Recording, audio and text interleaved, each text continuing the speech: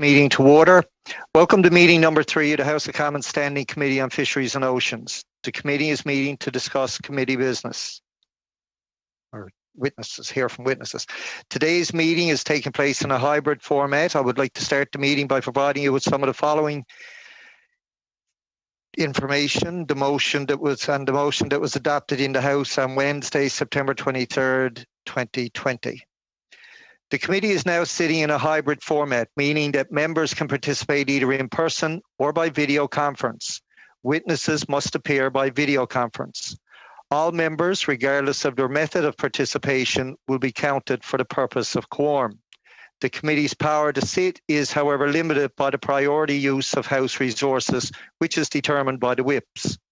All questions must be decided by a recorded vote unless the committee disposes of them with unanimous consent or on division. And finally, the committee may deliberate in camera provided that it takes into account the potential risks to confidentiality inherent to such deliberations with remote participants. The proceedings will be made available via the House of Commons website, so you are aware the webcast will always show the person speaking rather than the entirety of the committee. To ensure an orderly meeting, I would like to outline a few rules for everyone to follow. For those participating virtually, members and witnesses may speak in the official language of their choice. Interpretation services are available for this meeting. You have the choice at the bottom of your screen of either Floor, English, or French. Before speaking, click on the microphone icon to activate your own mic. When you are done speaking, please put your mic on mute to minimize any interference for other speakers. A reminder that all comments by members and witnesses should be addressed through the chair. Should members need to request the floor outside of their designated time for questions, they should activate their mic and state that they have a point of order. If a member wishes to intervene on a point of order that has been raised by another member, they should use the raised hand function. This will signal to the chair that of your interest to speak and create a speakers list. In order to do so, you should click on participants at the bottom of your screen. When the list pops up, you will see next to your name that you can click raised hand. When speaking, please speak slowly and clearly. Unless there are exceptional circumstances, the use of headsets with a boom microphone is mandatory for everyone participating remotely. Should any technical challenges arise, please advise the chair. Please note that we may need to suspend a few minutes as we need to ensure all members are able to participate fully.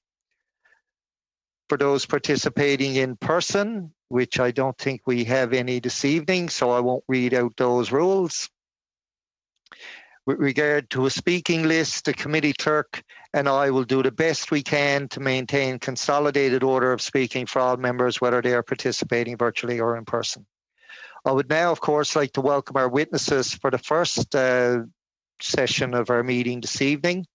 In the first panel, we have Shelley Denny appearing as an individual, and as well, of course, we have Alison Bernard, Wildlife Lead with Mi'kmaq Rights Initiative.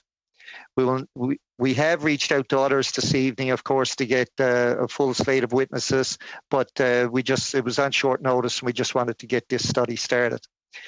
We will now proceed with opening remarks. Ms. Denny, we'll go to you first for 6 minutes or less, please.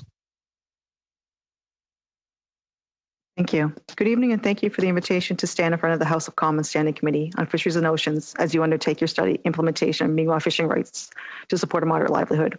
I'm Mi'kmaq myself, who has membership with Butledeck First Nation, but I've lived in Eskasoni for some time now. I'm a doctoral student in the Marine Affairs program at Dalhousie University, seeking solutions to the same issues facing the committee. How can we successfully implement Mi'kmaq inherent and treaty fisheries in Nova Scotia? I was fortunate to be part of a participatory research project funded by the Social Sciences and Humanities Research Council, known as FishWEX, which is an acronym for Fisheries, Western, and Indigenous Knowledge Systems. Here, our goal is to use both knowledge systems to seek solutions to improve fisheries governance on all 3 of Canada's coasts. My role as a doctoral researcher in the Atlantic region was to identify and conduct research that is needed to solve a current fisheries governance issue facing Indigenous communities, and also to explore solutions through the lens of both knowledge systems referred to as two-eyed seeing. In two-eyed seeing, the knowledge is viewed as a system where knowledge is not only what is known, but rather how it is known. But a knowledge system, whether it is Western or Indigenous, is comprised of many things. What we know, how we practice our knowledge, how we adapt to it, and how we transmit and share knowledge are the elements most people are familiar with. But the values and the underlying beliefs that underpin these elements, and which actually distinguish one knowledge system from another, are often ignored. And this is problematic because often the values and beliefs underpinning one system are at odds with another, potentially creating a barrier to collaboration. However, our research in the Fisheries project have shown that there are also similarities that can be used to start building bridges across knowledge systems and to help with developing a greater understanding of the differences. This means that it's critical for those coming from different knowledge systems to understand the values and beliefs driving each system for all parties involved in finding solutions. Take these into consideration when developing a path forward. While much of the research has shown that deep core beliefs are non-negotiable, many values, for example, fairness, tend to be more shared across knowledge systems and as such are more easily understood in the efforts to resolve conflicts. Today, I would like to share some of my research outcomes that can help enhance your understanding of the situation. It's unfortunate the what of moderate livelihood takes over discussions because it is the how Mi'kmaq treaty-based governance, treaty-based fisheries can be implemented is the crux of the issue. Between 2018 and 2019, I conducted 48 interviews with 52 individuals experienced in fisheries governance, history, fishing, and law. Today, I would like to share the key challenges uncovered during my research. I'm sure the challenges will sound familiar, but they're supported through research. It is no surprise that conflicting relations are at the core of the current tensions. Reasons underpinning conflicting relations were continued antagonistic behavior towards Mi'kmaq fishers, a lack of trust externally and internally, the lack of understanding of the Mi'kmaq context, and competition for resources. There are numerous gaps contributing to the situation we have today. For example, there is no federal policy to address livelihood fisheries. Furthermore, government needs to better develop its capacity to address Mi'kmaq rights, which is currently inadequate. They're being more reactive than proactive, and in general, things move slowly in government. The industry values rules and are concerned about how industry rules don't apply to Indigenous fishing and fisheries and perceive Indigenous fishers to be operating in a legal vacuum. Mi'kmaq want to support their families through livelihood fishing, but there are no avenues to do so. Negotiations are nation to nation, but mostly without the inclusion of the fishers who are affected. While all Mi'kmaq have rights, not all Mi'kmaq are interested in pursuing livelihood fishing. Identify those who want to fish as part of the process. Governance gaps exist at the community level as well and are a concern to the DFO. Conflicting views of authority to manage fisheries are evident. This is related to perceptions of legitimacy of the governing systems. Legitimacy is how a political action is perceived as right and just by the various people who are involved, interested, or affected by it. There are challenges on both sides for the perception and acceptance of the governing processes employed. Mi'kmaq fishers value the continuation of their cultural practices and connection of their exercise of Mi'kmaq rights to their identity and recognition of the treaties. In their eyes, they don't need a license to fish. They have their treaties and their authorization comes from their birthright. For the DFO, governing based on cultural teachings passed down through families doesn't fit their top-down approach, top-down, highly regulated approach to fisheries. However, a shared perspective is a lack of an alternative to current fisheries governance. The Mi'kmaq are aware that there are challenges with the exercise of rights, including the abuse of rights, and need ways to address them that are culturally appropriate as they evolve ethical issues that cannot be addressed by DFO or the Canadian legal system. It is a necessity for the Mi'kmaq to develop fishery and fishing rules. Moving forward, we need to recognize that this is not only an operational nightmare for DFO. This is a governance issue that requires making room for the Mi'kmaq through the principle of sharing. The industry needs to make room for Mi'kmaq livelihood fisheries by sharing access to resources. DFO needs to make room for an alternate governance model that is consistent with the treaties and Canadian law by sharing authority and decision-making, and ultimately facilitating a legal framework to allow for the persistence of an alternative fisheries governance model. It is evident that DFO's capacity to govern Mi'kmaq fisheries is limited given the protection of Aboriginal treaty rights in Canada's Constitution. But the important point in the opportunity that is overlooked is the willingness and desire of the Mi'kmaq to contribute to fisheries governance. Let's take that opportunity to use shared values of governance to explore how they can coexist and employ innovation to address values that are unique to each perspective. Now that we understand that the underlying reasons for conflicting relations, we need to be aware that our actions must build trust through good governance principles, encourage treaty education, and minimize competition between fishers and fisheries. Thank you. Lalio. Thank you for that. We'll now go to Mr. Bernard for 5 minutes or less, please. You're on mute. Hi, my name is Allison Bernard, and I'm employed with the Mi'kmaq Rights Initiative. I've been involved on the fishery file for the last 10 years, really.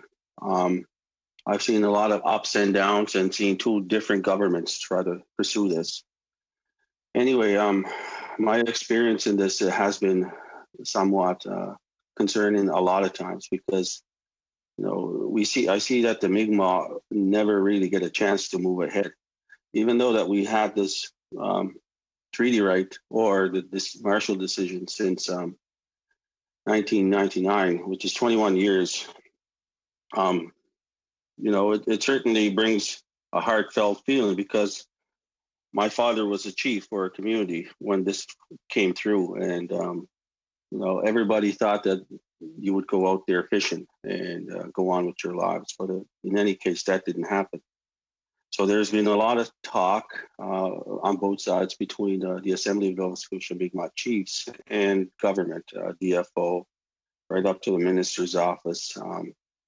And it is steady, but progress wasn't really made. So the Mi'kmaq, this is somewhat like the third generation moving into the Marshall decision. My father was, like I said, was the initial person. I'm the second in generation. I was a band counselor, as I said, for about 10 years. And now my son is out there fishing. And he's having a really hard time because, there's inconsistency with whatever's happening out there. Our people are told by our own that, we do have a right, and the courts recognize that right. But, being a part of this whole scenario, what's been unfolding the last many weeks. I was in the dead center of Soniaville, Southwest Nova, where all the protests were happening, and between the Acadian fishermen or the area fishermen and the Mi'kmaq. It's really hard to look at your own people, especially the youth that were so excited going out there, and industry coming in and destroying traps, cutting gear, taking traps, and chasing boats out of the water, to a point where, as an ex-police officer, knowing what's going on out there, there should have been measurements and activities by either DFO or the RCMP to prevent such distasteful, I guess, activities by angry mobs and fishermen. We do practice our livelihood fishery, and we have been practicing for thousands of years under the concept of nadugaling. Nadugaling only is a very strong word in our culture. It doesn't, it limits activities, and it certainly puts you to a point where you respect everything in the ocean and everything around you, including plants, birds, air, water, everything around you. So we don't disrupt anything. But in any case, I was really happy that I was invited to this tonight because I've seen a lot with my days, and I think there needs to be something done between the consistency of DFO also when it comes to relation of CNP and the regular management of DFO. There seems to be they're not collaborating, in my opinion, to what's going on in region to region. As I said, there's been more seizures of traps in St. Peter's Bay over the last few days, and CNP has actually said that, they haven't got any word from Ottawa or the minister's office that they're not prevented, they should not seize any gear. So the only gear that's left out there is for our food fishery, and that's food social ceremonial stuff. But as we move forward, I've been, like I said, I was a part of a lot of actions taking place right now, and everything's moving along well. There was a quiet protest today by the Mi'kmaq fishery committee, I guess, or people that support our youth fishers that are out there. And when I say youth, I have to say youth because this is, again, the third generation of people, because I'm not able to go fishing. So it's my sons that are out there. But the inconsistency of my opinion is through DFO and how they convene and conduct themselves, whether it's CMP or whether it's a minister's office. That has to change. But as I said, I've been involved in the moderate livelihood issue over the last many years, but I've also been involved in the consultation side of everything. So I see everything, how everything is connected, whether it's conservation and food, social, or industry. It's really disheartening that, a group of people, all Nova Scotians, that seem not to be able to get along and find answers to a situation where there's clearly enough people, smart enough people within industry and in the Mi'kmaq and the Mi'kmaq governance system. We have to be recognized, and when we assert our rights, we do have a governance structure. We are the third level of government in Nova Scotia. We have the provincial, we have the Mi'kmaq, and we have the federal departments. So which the Mi'kmaq in itself, hereditary rights of actually to implement their own governance structures have been ignored over the last many years. And it took the last month that, the Mi'kmaq said, enough is enough. We have to do what's right for our people, and we have to go fishing. Okay, Mr. Bernard, we're out of time for the opening statement. Anything you haven't had a chance to get out, hopefully will come out in the questioning, or you can certainly submit your speaking notes to the clerk of the committee. We'll go now to our questioning, and first on our list for 6 minutes or less, Mr. Bragdon.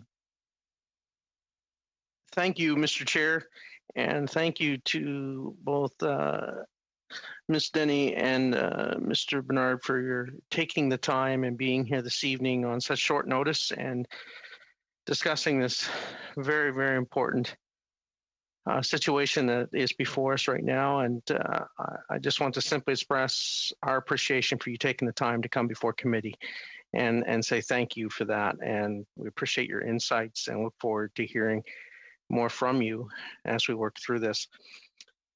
Obviously, we've arrived in this situation. I don't think this is something that happened overnight. This has been, it seems like, a situation that has been percolating for some time, and it seems to have escalated most recently to where we are in the current circumstance. And I think it's so important for all Canadians and for all of us to make sure we get this right and that we do it right. And is without question and very well established the Indigenous rights to fish and to have fishery. And we want to make sure those rights are upheld and certainly able to be carried out. And we also understand that for both Indigenous and non-Indigenous fisheries, that the conservation of the species is very, very important for all sectors, because we want there to be lots of lobster and fish and species and stock in the oceans for all future generations, for both Indigenous and non-Indigenous to enjoy and to make livelihood from. And so I appreciate you being here at the table this evening. And I'd like to start off by asking both of you, as you've seen this situation unfold most recently and build to where it's at, it appears very much that there's been, in large part, an inaction on the part of the government and on the part of the minister as it relates to this situation in Nova Scotia. I would ask both of you what your thoughts would be towards what the government's response has been, and the minister's response in particular, to this situation thus far.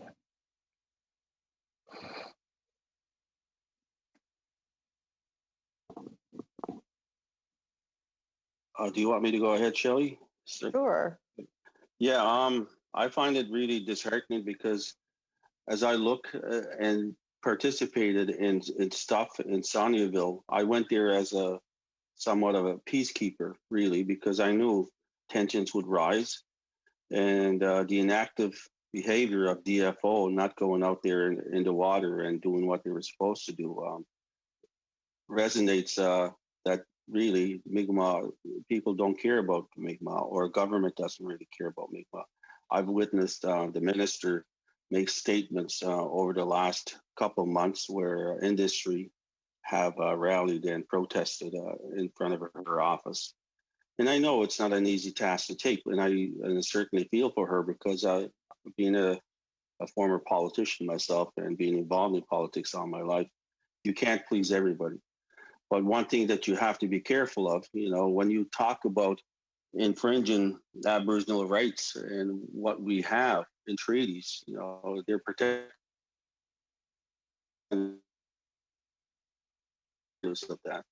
They should be protected under law by any government agency, whether it be DFO, RCMP, or any other agency that's out there. And that just didn't happen.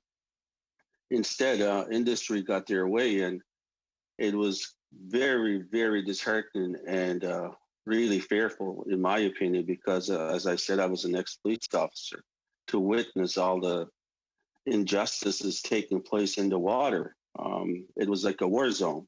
And we were all praying that nobody would get hurt, but the boats themselves really came close to ramming individual Mi'kmaq boats that were really smaller in comparison to the size of vessels that were out there. The minister, in my opinion, didn't act properly. She should have made a bold statement there. Instead, the statements were made after riots and stuff took place. But it could have very easily led to a confrontation where actually when a couple times when the two nations got together between the Mi'kmaq and the non-native fishermen. At one point, I had to stand in between.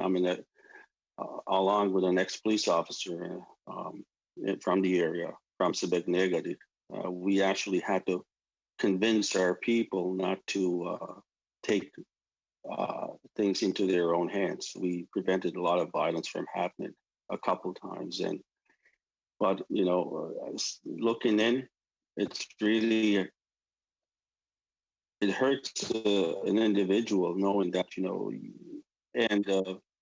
that you have the treaty right to do what you're supposed to be doing. You should be protected. As I said, you're sworn as an officer to protect the Constitution of Canada under whatever regulations, whether it's the RCMP Act or the Fisheries Act. But at the end of the day, the Constitution is the Constitution, and that's where all your rights lie as a country. And for a government not to act upon what they see was really hurtful. And I'm just glad nobody got killed over there. And okay, thank you, Mr. Bernard. Thank you, Mr. Bernard. That questioning time allotted for Mr. Bragdon has expired. We'll now go to Mr. Batiste for 6 minutes or less, please.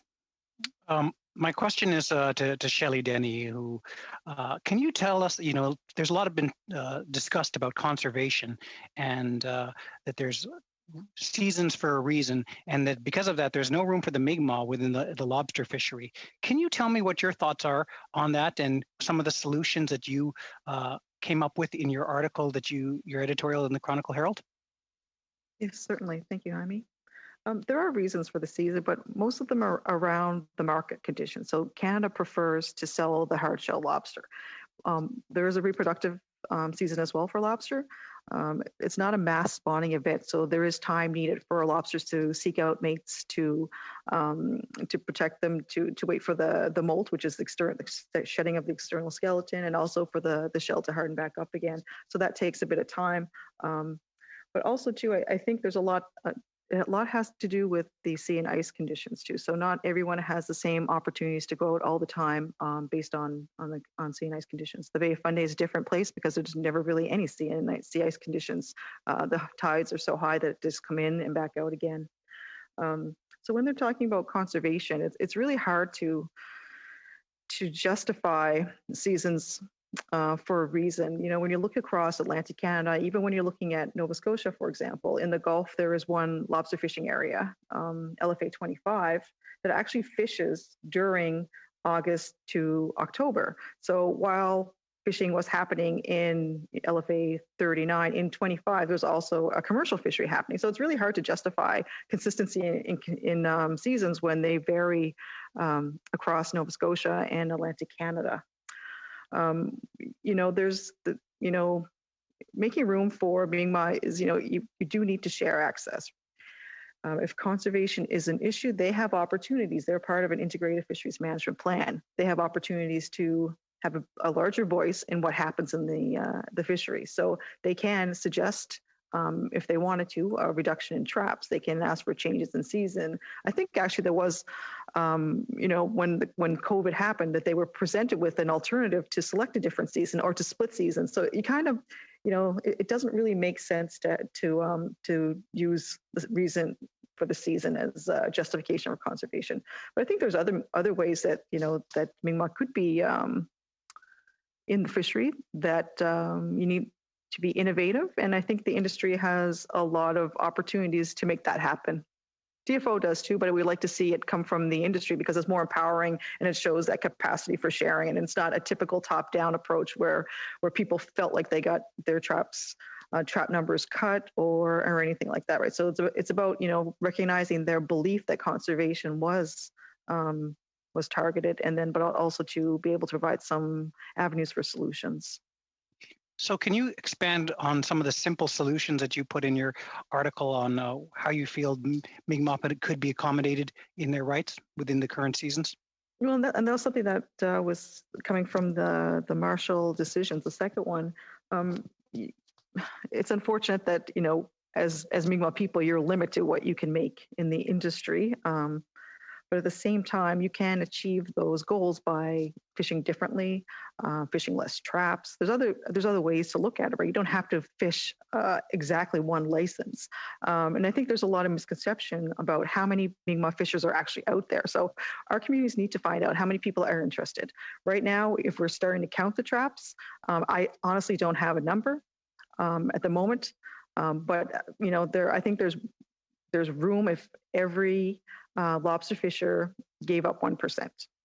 They were actually let it go into a pot of some sort that has flexibility in how access is measured and determined, right? So I think that's something that's simple and easy. It basically wouldn't cost. And how many of traps would that be in total? Oh, well, there's over 3,000 licenses. Well, actually, I had somebody correct me and told me there's over 9,000 licenses in Nova Scotia. So I'm not sure how that number got calculated, but from my calculations in the Maritimes region alone, there are over 3,000. But that's including New Brunswick as well, too, right? So there are quite a few. So 1% of 3,000 traps, I think at 2 to 2.5 to 4, depending on where you are. That's over 8,000 traps. The equivalent would be, and people aren't really thinking like one license per one license. That doesn't work. It doesn't allow for the flexibility of Mi'kmaq people to fish in the Mi'kmaq way. But having that opportunity to have access to something is really important. And that's first and foremost, especially when you're considering conservation and ways to protect conservation. Okay, can you give us a sense of what Mi'kmaq Indigenous knowledge teaches us about conservation? Yes, definitely. I mean, Allison had mentioned previously about the Nedigalimk, and it's a way of life that Mi'kmaq people have. So when you're trying to operationalize Nedigalimk, there are certain things that I've learned over the years, and not just through research, but also through my position here at UINR, is that it's a take what you need thing. So it's a self-limiting element to Nedigalimk. There's also that ability to prevent waste, and also the spiritual components and ceremonial components, such as making sure that you're able to share and also to give back. So there's that inclusion of ceremony in that concept. So in the last question, with your work with UINR, have you been able to manage any kind of stocks of any species collaboratively with the government? Yes, we have. So we have worked with DFO for salmon, and that was a bit of a process that started with consultation. And it took a while to really understand that even though we had similar values of conservation, we realized there are different ways to get there. So, a few years in the process when we started to figure out and map out actually Mi'kmaq knowledge and DFO knowledge and how we can move forward, we ended up having to agree to disagree, but also recognize that if we stayed within, a certain limit, a certain rate of exploitation, they were comfortable with it. We felt that we weren't actually harvesting that exploitation level, We weren't anywhere near close to that level that we were all comfortable in how we could go forward. But there are things that we have to do. Thank you, Ms. Denny, and thank you, Mr. Batiste. We now go on to Madame Gill for 6 minutes or less, please. Merci, Monsieur le Président. Thank you, Mr. Chair. First, I would like to thank our two witnesses. Of course, I will have questions for both. I would like to thank Ms. Denny for the quality of her testimony. I will have many questions, or I would have many questions to ask you, but I will limit myself to a few on conservation. I would also like to speak about another topic that interests all of us, of course, which is moderate livelihood. I'd like to hear you talk more about this, especially your perception or your idea of the way in which the competent authorities should define the concept, both when it regards quantity and the definition itself, the quality of that moderate livelihood. And the same question to Mr. Bernard, please. Thank you. I'll go first, Al. Is that okay? With regards to moderate livelihood, there is a concept. It's not really about a definition, and that's unfortunately what takes over discussion. Until you have a process where people can actually work together to drive that concept. I hate to call it a definition because a definition is limiting, and a livelihood concept is about the ability to support oneself spiritually, culturally, economically, socially. So it's more than making money to people, and I think that's something that's missing in people's concept of what a moderate livelihood is. It's yes, sure, you can make money, but there are more things to consider, and I think that defining it will limit it, and then once you limit it, we're really not sure how you can achieve it. I think it's more important to figure out how you can actually govern and work together to govern a livelihood fishery more than it is to put a definition to the term moderate livelihood.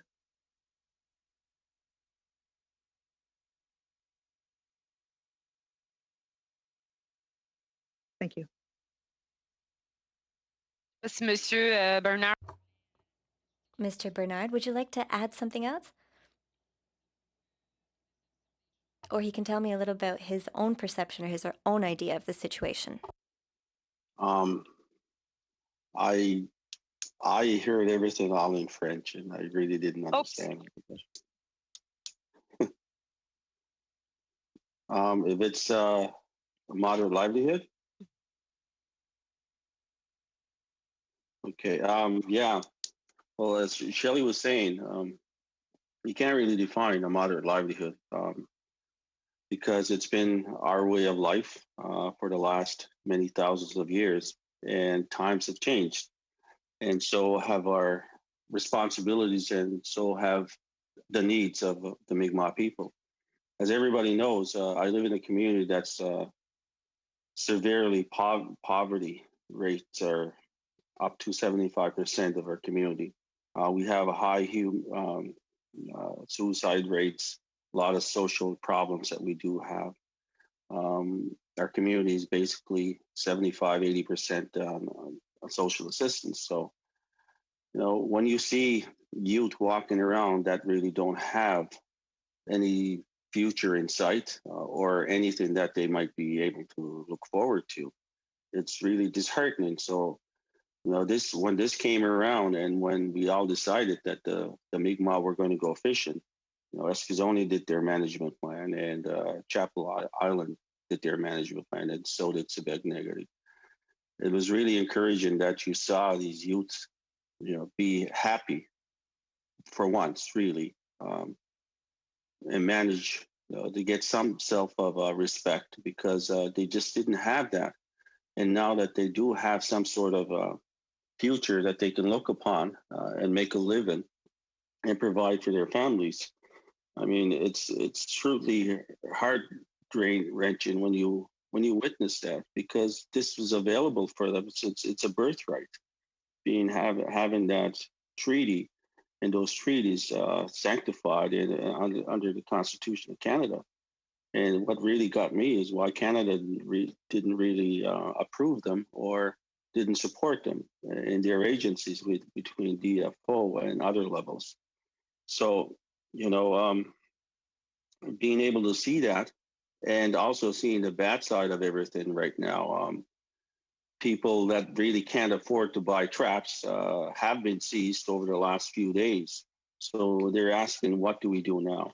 Because our neighbors and industry are pushing suppliers with bait and licenses and other fish products that we might need to accomplish our fishery are not being sold because industry has placed pressures on them.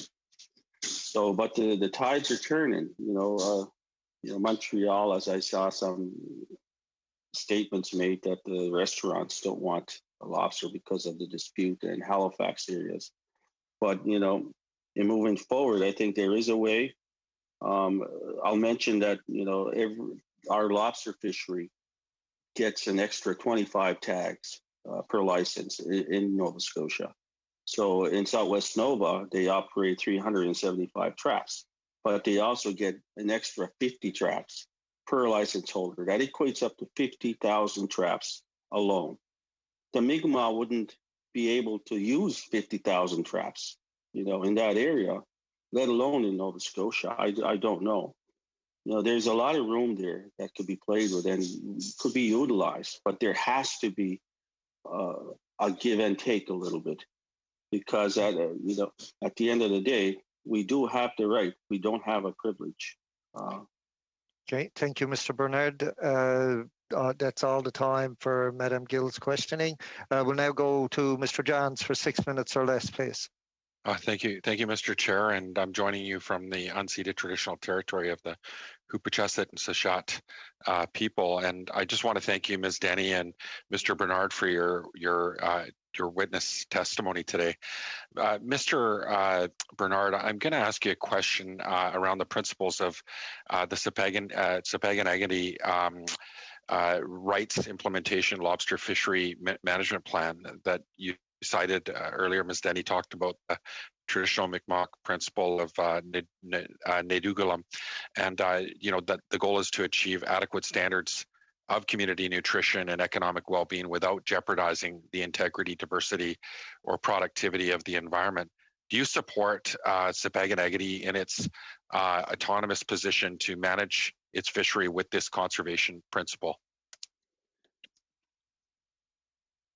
Yes, I do, 100%. I support any nation in Nova Scotia or in New Brunswick or the Maritimes that want to do their own management plan under the terms and conditions of Nedugulam. Nedugulam is a very strong word. I started hearing this when I was a youth, living with my grandfather, because he was a single fella living alone, and I moved into his house. He was a very wise man, and I learned a lot from my father also. They both taught me how to hunt and not to take more than what I do need for our people and our tables. And that goes for fishing also. I never brought home a bag full of fish or a bag full of lobster. And any time that I did, I would be put to the road saying, you go serve your neighbors and your family and others around our neighborhood. Give all that stuff away because they will need it. The concept of Nedugulam is so far entrenched that when I'm doing yard work around my house, that I won't cut certain trees or stuff that I don't have to because it's not bothering me. This is Mother Nature's gift to us. We have plants, medicines everywhere that we've all lived in accordance and harmony for thousands of years. That concept is entrenched in who you are and what you are. We will be the first ones to fight and battle, as Shelley said when we were talking about salmon. We developed that plan, but even though we're entitled to take probably over 500 salmon from rivers in our area, we don't. We probably take maybe 30 or 40, if that, during the fall season, and that's not much. We don't go and do stuff that might hurt species like the cod were. You know, if everybody practiced the concept of Nedugalim, we'd still have codfish coming out of our shores, and we don't have that. We've had species like herring that used to turn our waters white in Crane Cove, where I live. That doesn't happen anymore. There's no groundfish in the Bredor Lakes. There's hardly any lobster because of overfishing. Now, if everybody practiced Nedugalim, you know, Nedugalim couldn't even give you those 50 tags. You know, our communities would laugh at you if you had 200, 300 tags and you were asking for replacement tags upwards of up to 50. And that 50 alone, as I said, I'll go back to it, as equates to 50,000 traps. Right. So all of these things that are taking place, we are nature's conservationists. We are the only life that they do have. As I respected the elder, Albert Marshall, who is a neighbor of mine, has always said, you know, you have to speak on behalf of the species because they can't speak for themselves. So it's on us to protect everything out there. And I think if it goes down and it boils down to industry fight, then we'll have that fight. I really appreciate your Indigenous knowledge and your connection and bringing us to that place through sharing the principles and the interpretation of that. I have a question. Can you think of any rationale, any way that you can justify cutting traps, cutting nets, destruction of lobster as a way to justify in the name of conservation? Can you think of any scenario that could justify those acts in a way to support conservation? Oh my God! I mean, that is such an absurd reason for trying to protect species or conservation, especially when you know yourself that you do have 50,000 extra taps out there at any given season, any given year. You know, it's vandalism. It's taken away from people that are really impoverished, that are working these boats that barely can afford to buy those traps in their vessels. You know, I can't see anything that would actually help conservation there. If anything, they're going to destroy it because they've left garbage under the sea everywhere. I've only got like 30 seconds left. I just want to ask you, do you support the Sipekne'katik in their asserting their Section 35 constitutional rights to self-govern themselves with their rights to implementation lobster fishery management plan? Yes, I do wholeheartedly, because I think First Nations are the best resource people ever. We've been here for thousands, and we've shown the world and everybody around it that we do protect our Mother Nature and everything that involved in this world, really. Thank you so much. Okay, thank you, Mr. Johns. Your time is up. I know we've gotten through a full round of questioning for each party, and I know we were a bit late starting due to some difficulties getting off early. But if we could, I would suggest if we can do another round of probably 2.5 minutes to each party, if everyone is in agreement to that, and then we may have to go a few minutes late. I'm not seeing any objection.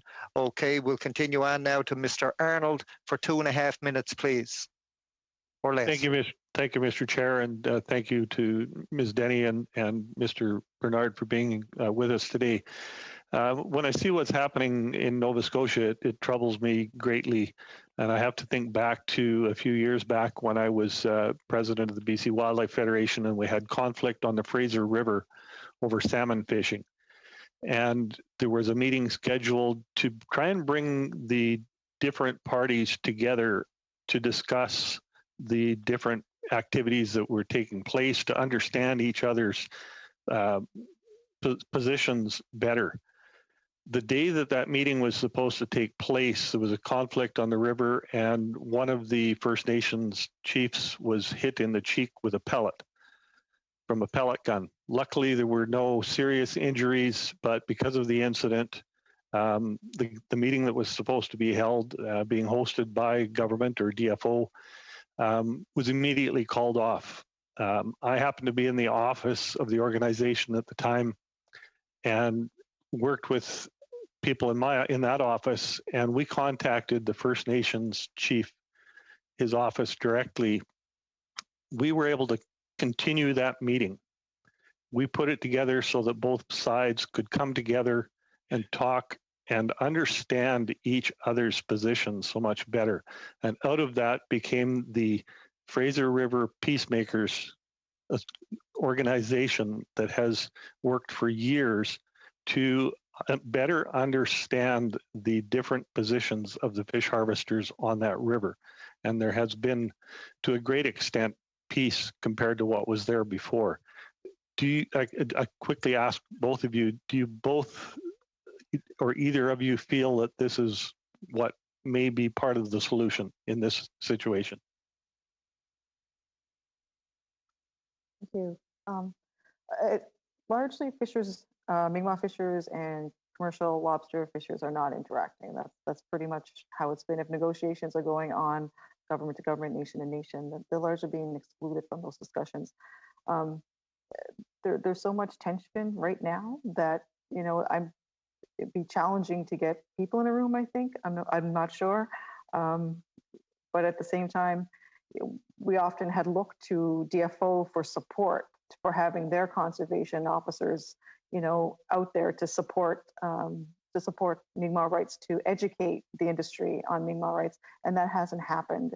It hasn't happened for us in salmon, and that's something we still pursue on an annual basis. So, I'm mildly optimistic. I would say that might be a way forward, but I think there definitely needs to be a calm down period, and I think some constructive communication is needed between the two groups, some sharing of information, definitely some education on what's going on and what's being harvested and how many people are out there. And, it's not right for anybody to take matters into their own hands, and cutting traps is the opposite of conservation. People need to now harvest more to get capital to replace that capital cost that they have struggled to put together. So it's not a good position to be in, for sure. Okay. Thank you, Ms. Denny. Mr. Arnold, your time is well past. Now to Mr. Morrissey for 2.5 minutes or less, please. Thank you, Chair. My first question is to Ms. Denny, and I appreciate if you could give me a short answer because you spoke about the conservation aspect. I'd like for you to comment on the over the past 40 years, the management practices that have put in place in the fishery, both on the structured seasons as well as legal size limits of lobsters, has led this industry to be very lucrative, very valuable today. What would be a primary reason or justification of moving away from that established management practice that has led this to be a very, very valuable fishery in Atlantic Canada? Could you give me a quick response? There really isn't too much movement away from that other than the use of different seasons. Fishers cannot be on the water at the same time as commercial fishers. They'll just be outnumbered. They use much smaller boats, much smaller gear, and it's hard to tell who's cutting whose traps. At least in the off season, they have that opportunity to see who's out there and who's doing the damage. A lot of the conservation measures are adopted from the commercial industry. Mi'kmaq people are very good to outseers. We're very interested in promoting conservation and using tools that have helped the industry succeed. And they're okay. That's right. Fine.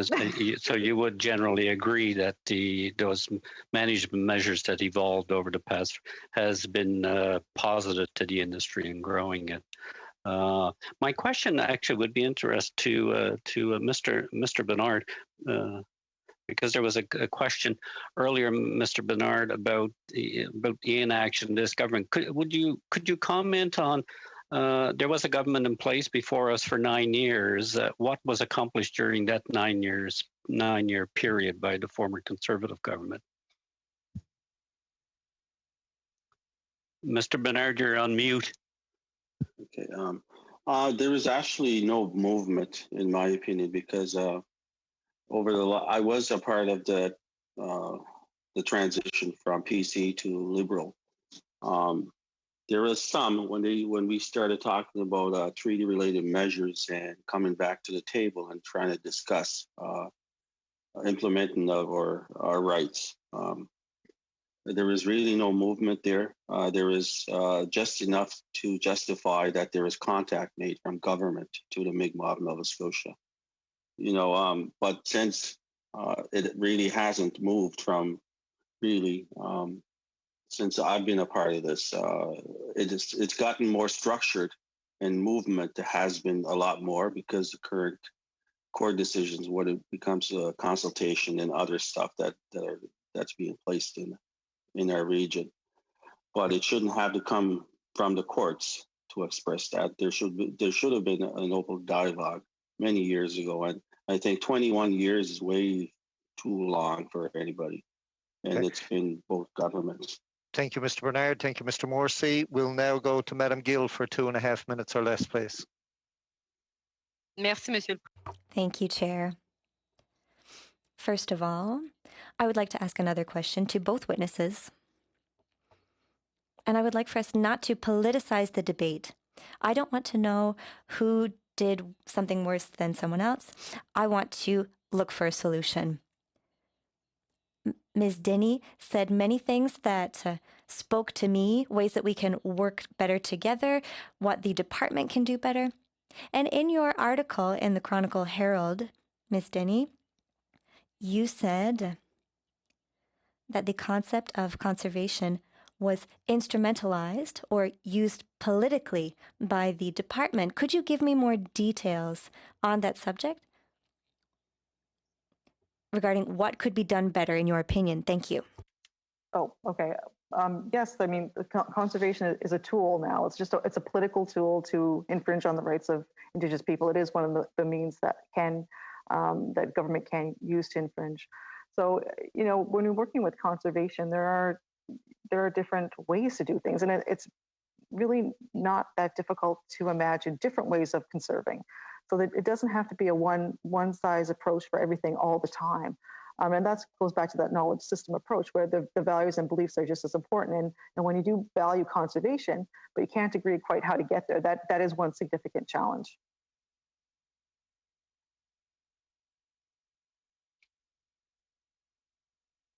Est-ce que j'ai encore du temps, Monsieur? Do I have any time left, Mr. Chair? Monsieur le Président? Mr. Chair? 50 seconds. 50 secondes, donc... So 50 seconds. And could you please speak to us about methods of conservation? I'm curious about your values and your knowledge, because we can also learn from you as a committee to know how to better solve the crisis and this stalemate. Could you speak more to us about those values, Ms. Denny, please? Yes, it's important to have values that are shared between perspectives, such as the ability to be involved in fisheries governance. We see the Mi'kmaq having this willingness and desire to initiate their own fisheries governance plans and opportunities. But it's also, we have to understand that we're not going to have the same values coming forward, and we need innovation to address them. So we need to know what those perspectives are and what those values are and what's really important to those perspectives in order to move forward. Okay, thank you, Madam Gill. Now to Mr. Johns for 2.5 minutes or less, please. Thank you, Mr. Chair. Our nation, our party respects the nation-to-nation process and dialogue, and we think that's critical, that's protected here. And we know right now that the minister's in talks with the Sipekne'katik. She said she won't negotiate in public. We agree that that's the right course. We're sitting here studying this issue that is ongoing, while the most important parties are in active discussions. This question, Ms. Denny, maybe you can help me with this. Do you have any concern at your end by the committee that these can undermine these discussions? I'm not sure if I can answer that. These discussions need to happen. And those who are doing the negotiations, hopefully they're well informed and have those processes in place to make sure that they are well informed. Mr. Bernard, do you have anything to add on that question? Being that you've been in politics, so. There's always a need for dialogue in any place. That's how our country was formed. There has to be gives and takes in everything that we do. I don't really think that what we're doing here is going to impact any of that, because we are a nation. in Mi'kma'ki. So we take care of each other, whether it's Abednego or other communities like Member 2, Waikagmo, or Eskasoni. It'll affect everybody at the end of the day, because I would hope that if there's any implementation of anything that comes down to how we practice, how we do our fishing, it goes right across the whole nation of Nova Scotia. Mr. Bernard, can you talk about your feelings around the definition of a moderate living, and that should be in the responsibility of the Sabaganagati to define? Would you agree? 20 seconds. It's pretty hard to actually talk about something that you're not really aware of. A moderate livelihood, I think, I would end up in a lot of trouble if I tried to define it myself. As a nation, I wouldn't. Would you just put it back to the Nidugulam in terms of the principles embodying that? Oh, Nidugulam would seriously have a whole impact on this. Mi'kmaq won't go out there to get rich. We don't have a lot of rich people around us because we share our resources with everybody. So you're not going to see that. But you do need people out there practicing a moderate livelihood to make a decent living for their family outside of social assistance, really. Thank you, Mr. Bernard. Thank you, Mr. Johns. Your time is up, and I believe you're leaving us now after this one, and your replacement is already in place. Mr. Backrack is there. I want to say thank you to our witnesses again who have appeared in the first, I'll say, hour of our committee meeting this evening. Thank you for your time, and your testimony was very valuable, and I sure will help finishing off our study when we get there. Again, we'll suspend for just a moment to let the witnesses leave, and we'll get the other three witnesses are ready to go. So we'll start off, and we may have to extend for a few moments to get a full couple of rounds of questioning in as well. Thank you very much.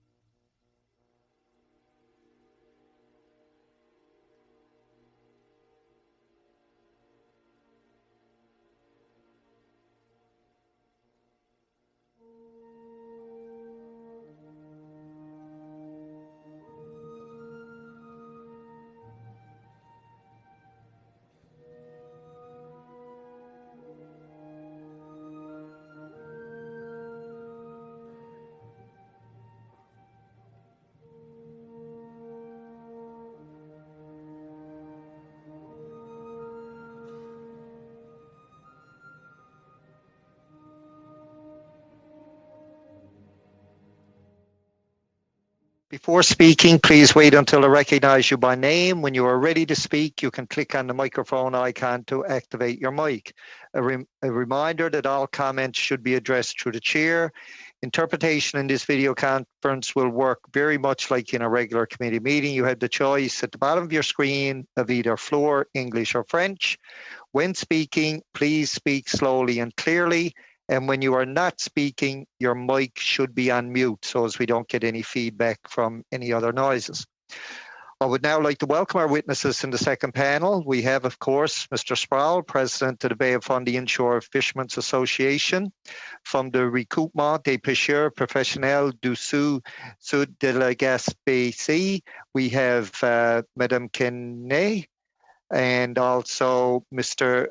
Cloutier.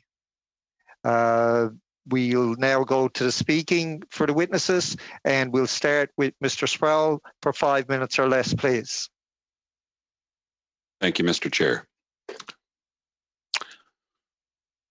Good evening, committee members. Thank you very much for the invitation to speak here today. The members of the Bay of Fundy Inshore Fishermen's Association are grateful for this opportunity to voice our concerns. The association represents nearly 200 family fishing businesses along Nova Scotia's Fundy coast. For 30 years, we have advocated for sustainable practices and community-based fishing management. We have been a leader in peaceful coexistence between non-Indigenous and First Nations fishers, and we have a long history of cooperation with governments and regulators at all levels. This has given us a reputation as a valuable ally on ocean issues. Needless to say, our members are proud of their legacy as progressive fishers who embrace a different way of doing things. We are all committed 100% to preserving our way of life for future generations of Nova Scotians. I came here today in defense of a 400-year-old truly sustainable way of life. Last year, the fishing industry exported well over $2 billion worth of seafood from Nova Scotia. We are not a quaint cottage industry. Fishing is the economic powerhouse of this province. It employs 26,000 people directly and 26,000 people indirectly. That makes our industry the largest employer outside of the public sector in Nova Scotia today. But these numbers do not tell the whole story. What's important to understand is how that $2 billion is delivered as a diffuse economic benefit into some of the most isolated communities in Nova Scotia. This is truly the lifeblood of our economy and the only bulwark between the current prosperity enjoyed in many coastal communities here and the drastic economic decline evident elsewhere in rural Atlantic Canada. The fishing industry did not get to this stage by happenstance. It is due to hard work, respect for the environment, and the application of the precautionary principle in fisheries management. We have taken care of our inshore fishery, and now it is taking care of us. The Bay of Fundy Inshore Fishermen's Association respects and supports Indigenous fishery access rights, and we condemn explicitly all acts of violence in the fishery.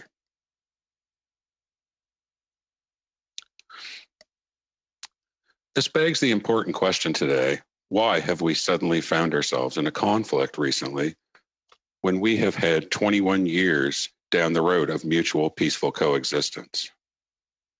In my great-grandfather's day, he fished from our small cove on the Bay of Fundy in peace and coexistence with African Nova Scotians and Mi'kmaq fishers. We all had something in common: a reliance for and a respect for the sea and its bounties, and most importantly of all, extreme poverty.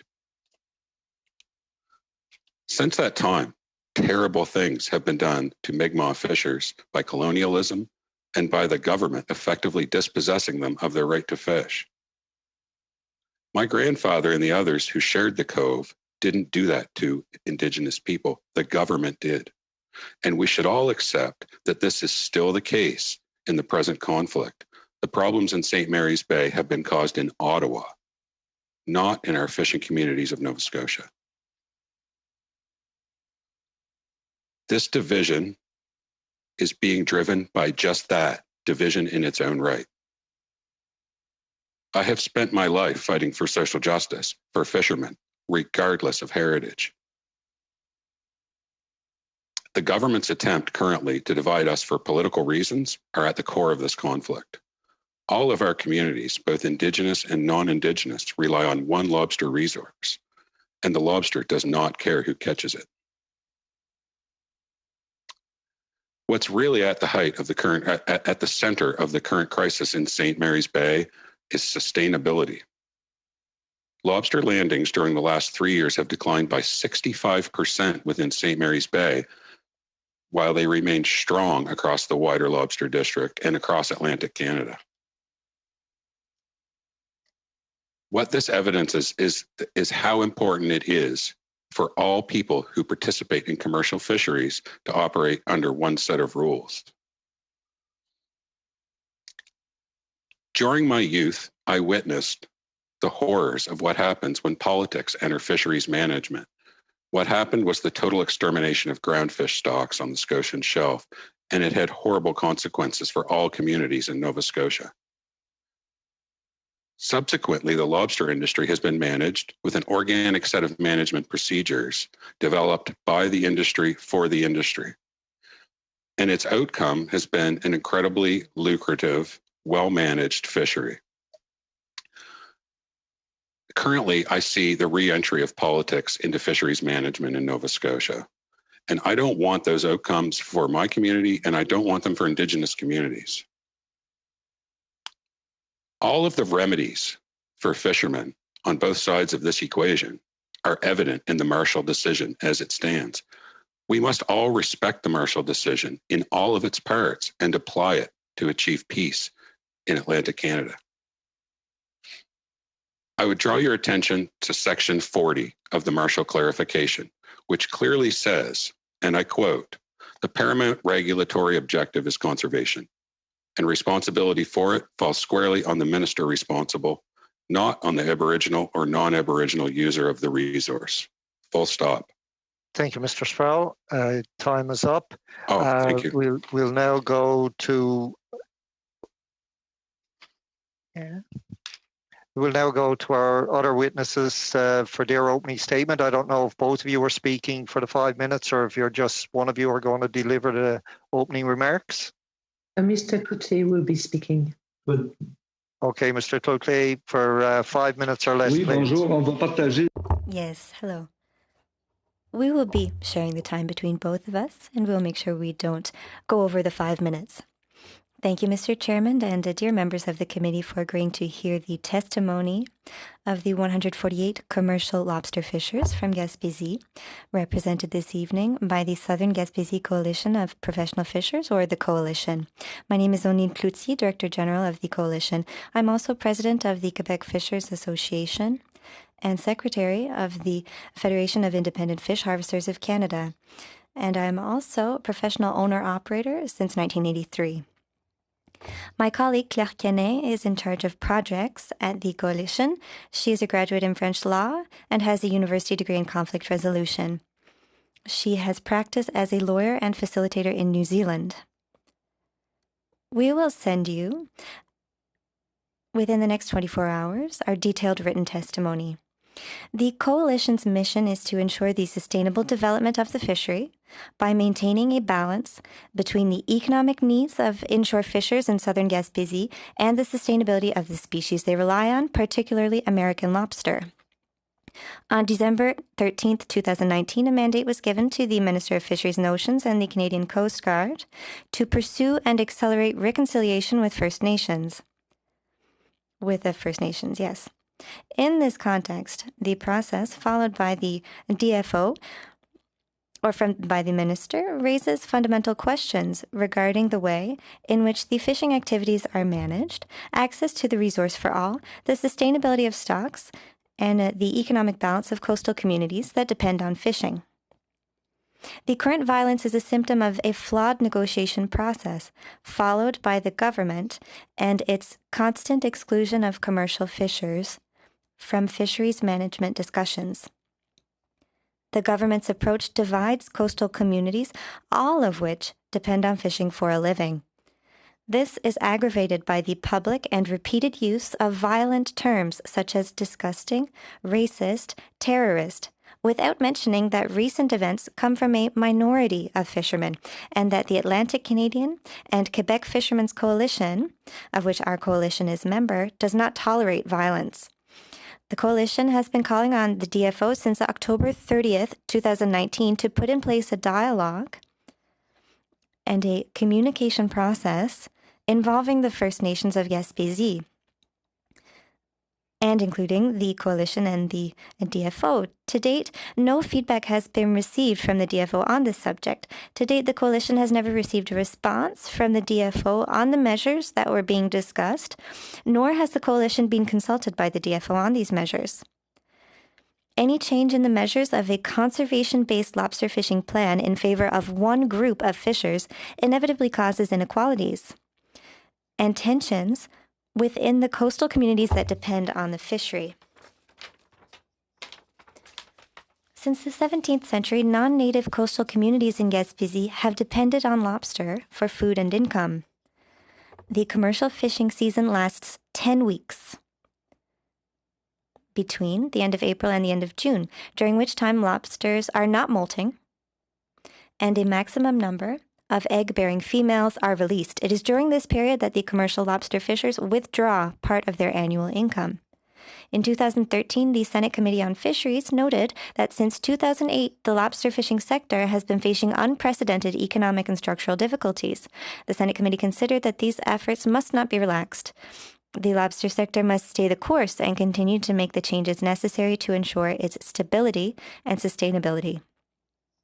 Since 2006, the Coalition has implemented multiple measures to reduce fishing effort by 30% and to rebuild the lobster stocks. It plays a central role in the conservation and sustainability of stocks to ensure that every lobster harvester, First Nation and non-First Nation alike, can continue to operate the fisheries on which we all depend in an equitable and sustainable manner. In 2019, the commercial lobster fishery in Gaspésie in areas 19, 20, and 21 represented nearly $45 million, which is 24% of the total landed value recorded in Gaspésie. According to public statements from Listigouche, the Mi'kmaq First Nations in Gaspésie earned more than $40 million that same year. The DFO issued a total of 163 lobster fishing licenses in 2020 for areas 19, 20, and 21, including 58 for non-natives, 12 for 3 Mi'kmaq First Nations, and 3 for Vigier First Nation Maliseet. In 2020, this represented the equivalent of 1 lobster fishing license for every 610 non-native inhabitants of Gaspésie, 1 lobster fishing license for every 223 First Nations inhabitants of Gaspésie.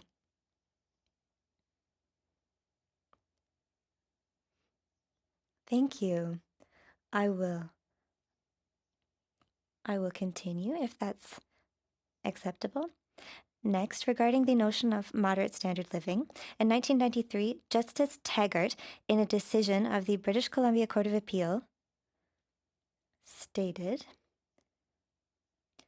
irrespective of its origins, in my view, the concept of moderate livelihood does not provide an appropriate or practical basis for articulating the scope and nature of Aboriginal rights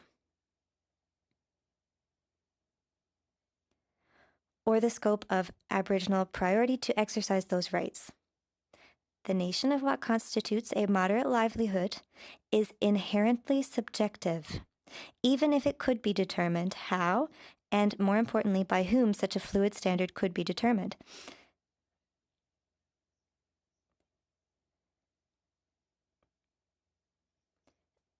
We're way over time for the opening remarks, so we'll hopefully anything you haven't had said already will come out in the rounds of questioning. We'll now go to our first round of questioning for 6 minutes or less. Mr. Bragdon. Thank you, Mr. Chair. I'm going to be deferring my time or relinquishing it to Mr. Calkins. Calkins. Thank you, Chair. Thank you, Mr. Bragdon. Thank you to the witnesses for your testimony that's here today. And Colin, if I may call you that, thank you very much. I'm going to start with my first line of questioning with you. You were very eloquent and articulate in what you had to say, and I understand the frustration that you've had. Can you just expand a little bit on the 65% decline in St. Mary's Bay and what that might be attributed to?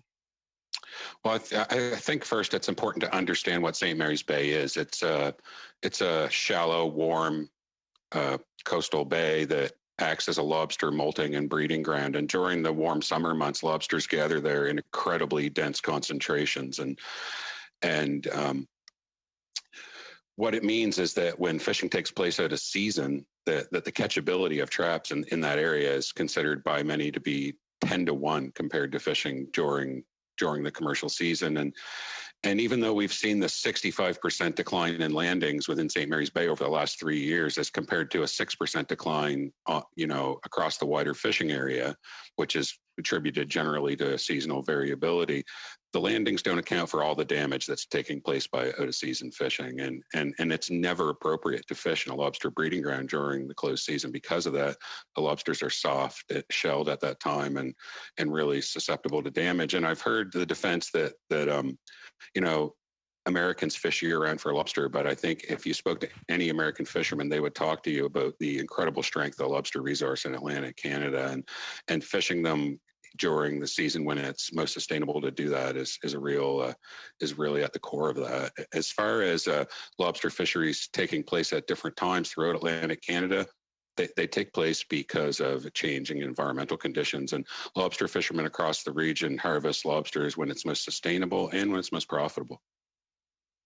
So you would argue that conservation, if conservation is the pinnacle, then we need a rules-based system in order to govern when lobster taken, how many lobster taken, the season, the times, and so on.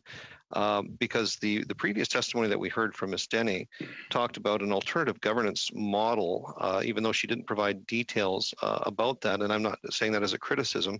I didn't have a chance to ask her any questions, but she was talking about things such as a spiritual limit or a spiritual fulfillment, fish until that is fulfilled.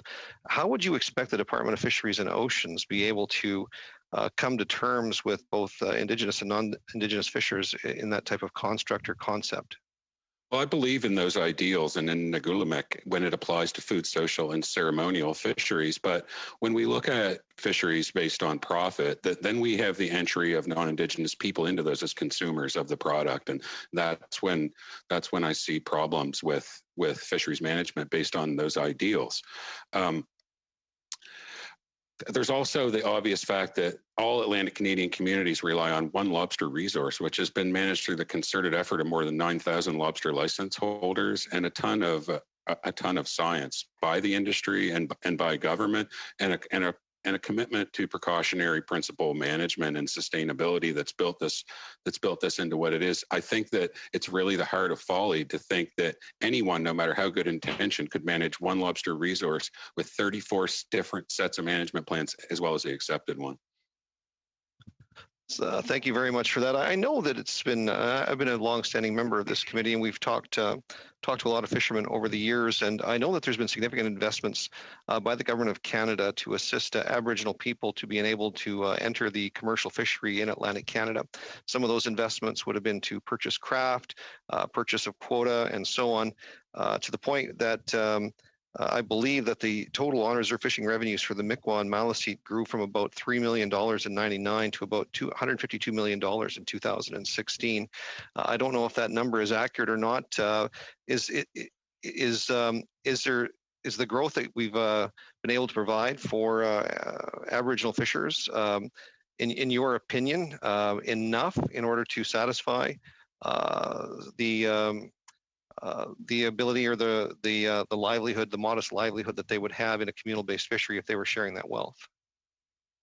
Well, what you're asking really begs the question, why do Indigenous people still not have access to the fishery, given that the federal government spent more than $600 million buying fishery access from non-Indigenous communities and delivering it to First Nations? And it's at the heart of this issue, and it's not being discussed.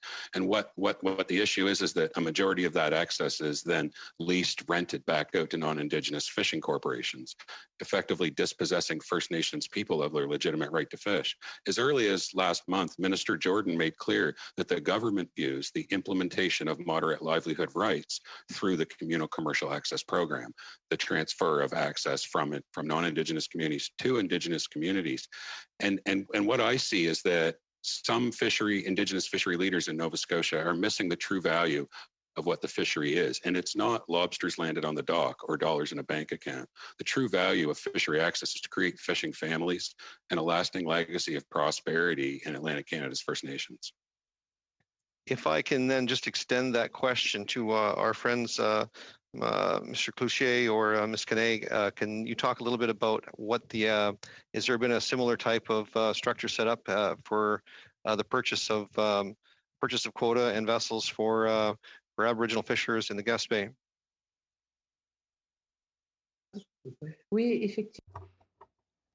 Yes, in Gaspésie, a certain number of licenses were bought and by the department and were given to the 3 First Nations present on the Gaspésie territory. These are commercial licenses, and you will see the details in our written presentation. In addition to that, the Listigouche First Nation has the equivalent of 1 commercial fishing license for a moderate livelihood. And I would like to highlight that in the Gaspésie region, the fall period is a period when the lobsters have just reproduced. The females have not yet moved their eggs, so all females that are captured at that time, even if they have been fertilized, which would permit for the stock to repopulate, are not fished. And I will pass it over to Mr. Cloutier. At a time for that particular question slot. We'll now go to Mr. Batiste for 6 minutes or less, please. Yes, my question is for Mr. Sproul. You've stated that Section 40 of the Marshall II states it is clear that the Minister of Fisheries can unilaterally regulate or infringe a treaty because of conservation. And it's odd because Donald Marshall Jr. fished out of season, sold his catch out of season, and the court found him not guilty not once, but twice because of the Treaty of 1761. So, Mr. Sproul, I'm wondering, have you read the other case law on Indigenous law that relates to treaty, or just Marshall? No, I've read the Marshall Sparrow decisions and so you would know that. So you would know that in Badger, it talked about that in order to infringe an Aboriginal treaty right, you first have to justify it through either safety or conservation. But Mikisew Cree in 2006 also stated that before you can even get to infringement based on safety and conservation, that you have to show that the honor of the Crown is met. And I'm wondering, did you scroll down to Section 45 of the Marshall decision, the 5 clauses after the one you said, where it said, the existing Aboriginal treaty rights of the Aboriginal people of Canada are hereby recognized and affirmed. It is the obligation of the courts to give effect to the national commitment. No useful purpose would be served by rehearing of this appeal. I'm wondering, why do you keep saying that it's clear that the conservation and regulations can come from the minister? Well, 2 reasons. First of all, we saw immediately post-Marshall the chaos that ensued in Bernchurch, New Brunswick, and that's what really drove the clarification in November of that year of the court, and drives my focus on 40, because it clearly showed that at that time that management needed to fall with the minister, and then the current minister moved forward implementing the right through the Communal Commercial Access Program. The second part I'd say is that I agree with you that the government needs to pass the Badger test. The first part of that test is is real consultation, the real consultation process with the Mi'kmaq.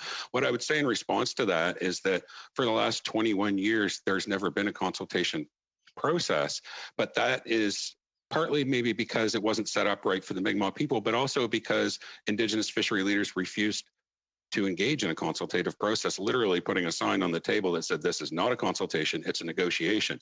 What I would venture is that for the government to be able to pass the Badger test, the chiefs within Nova Scotia have to be willing to engage in it. Okay, so would you be surprised, because I was talking to the litigators today from Marshall, Eric Ziley and Bruce Wildsmith, and would you be surprised to hear that the Crown never once raised the argument or called any evidence the scope of the regulatory powers in the first Marshall case? Does that surprise you? No, it doesn't surprise me. And I agree with you that the government has failed the Mi'kmaq people, but they've also failed the people of my community. And Colin, this isn't about the government. This is about the law. So I'm wondering, you're quoting the law. So I want to know, in Marshall II, it was actually the West Nova Fishermen's Association that brought this argument of regulatory powers. And in paragraph 31, it was pretty specific, where it said, this question is not raised by the subject matter of the appeal, nor is it capable of being answered on the factual record. So the courts didn't even look, or had no evidence or any kind of arguments about regulatory powers. So you keep quoting a part of the case that is legal dicta. Are you familiar with legal dicta? I'm not a lawyer. I'm a fisherman. Okay, because you've been quoting the law quite a bit, and I want to just read off for you what legal dicta is. It's the part of a judicial opinion which is merely a judge's editorialization and does not directly address the specific of the case at bar. So is it true that you've been using this legal dicta as the only source of being able to say that the minister has a regulatory power over the Mi'kmaq? True or false? I'm not sure I understand the question, but I've certainly been saying that the minister has the regulatory authority here. That's definitely my position. The case was pretty specific that Donald Marshall Jr. not only once, but twice was told that he was not guilty because of a treaty right, despite fishing out of season, despite selling catch out of season. Yet you say the law is clear. I'm trying to figure out how. What I believe the real problem here is that it was Donald Marshall Jr. and not his nation. And I believe in the individual inherency of his right to fish. I think that most of the problems that have occurred since then are due to the fact that we have one nation's government and another nation's government dealing with this problem, and that fishers have been left out of the equation on both sides all along. And so, Colin, you feel that it's the government's fault, but we are seeing vigilante justice, the cuttings of traps. Do you think that's a right way to handle this situation? Do you condemn the cutting of traps and what has happened in that area? I condemn violent acts of any kind, and as well as sending any kind of fishing equipment to the bottom of the ocean. I don't think any sustainability-minded fisherman would ever be advocating for something like that. And just so we're clear, you know, the lobster resource, Mr. Batiste, can sustain all of our communities if we focus on sound management by the precautionary principle and not on politics. There's a bigger question here that needs to be answered, and it's that if moderate livelihood fisheries are intended to make money for Indigenous people, and that it's been accepted by previous witnesses that part of the reason for commercial seasons, other than sustainability, is marketability, why would it not make more sense to fish in the highly marketable season? Another way of looking at it is that the price that moderate livelihood fishers have been receiving for their catch this summer is somewhere around $3.50 a pound in Canadian dollars. The price that fishermen are receiving in open LFAs right now, where the lobster resource has transitioned into a high quality marketable product, is $12 a pound. And if the people of Sagabagnity left those lobsters in St. Mary's Bay in the water for another 8 weeks, their value would increase fourfold. And I think that what's important to note is that Chief Sax Nation possesses 15 commercial lobster fishing licenses to fish during commercial seasons in different areas within Nova Scotia. So I think that the activity that's taking place there now is a bit of a double-edged sword for the people of his nation in terms of deriving an economic benefit from the industry. Thank you, Mr. Sproul. Thank you, Mr. Batiste. Your time has expired. We'll now go to Madam Gill for 6 minutes or less, please. Merci, Monsieur. Thank you, Mr. Chair. First, I think I'd like to take the tone down a little. We're here at the committee to find solutions. And I think that in these vigorous exchanges that we just saw, that there is some difficulty, maybe some frustration on one or both sides. And I think we're all capable of rising above that in order to find solutions and to create a space that we discuss, and to leave space to the other side with a capital O in the spirit of negotiation, openness and respect, and of course, giving credit to the speakers. I know that Ms. Kenneth didn't have time to mention everything she wanted to in her introduction, so I will give her time.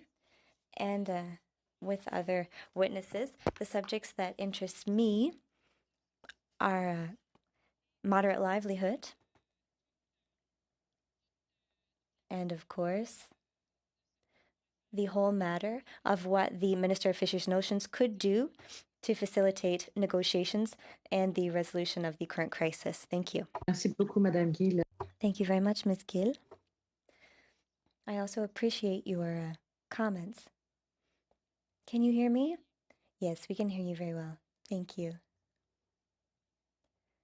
So, yes, we are in a forum that is there to be informative for all, so that everyone can understand the situation that has all brought us here to attend this Standing Committee on Fisheries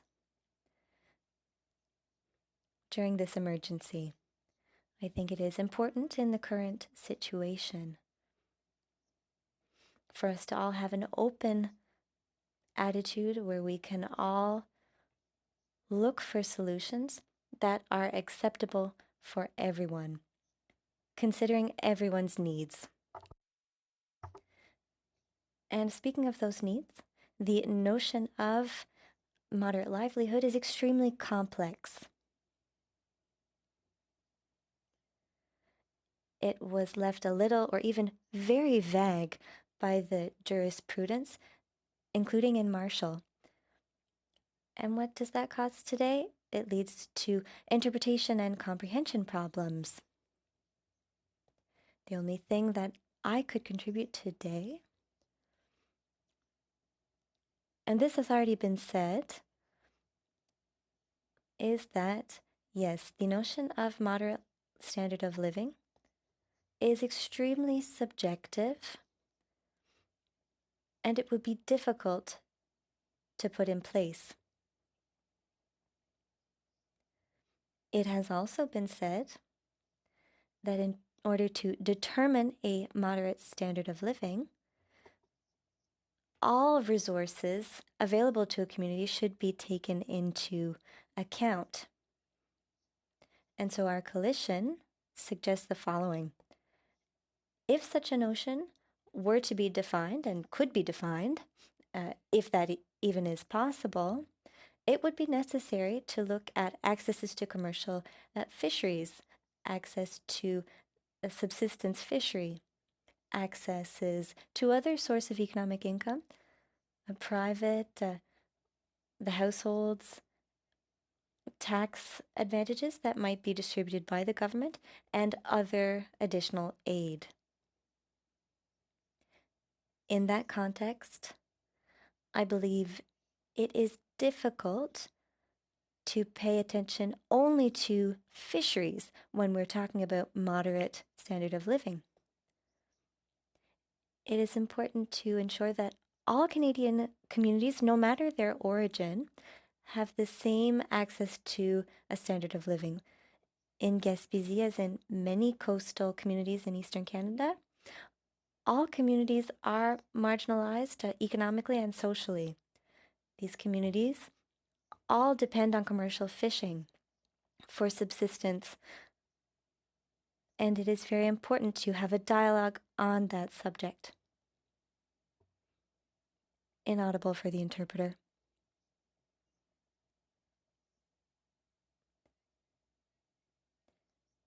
In paragraph 61,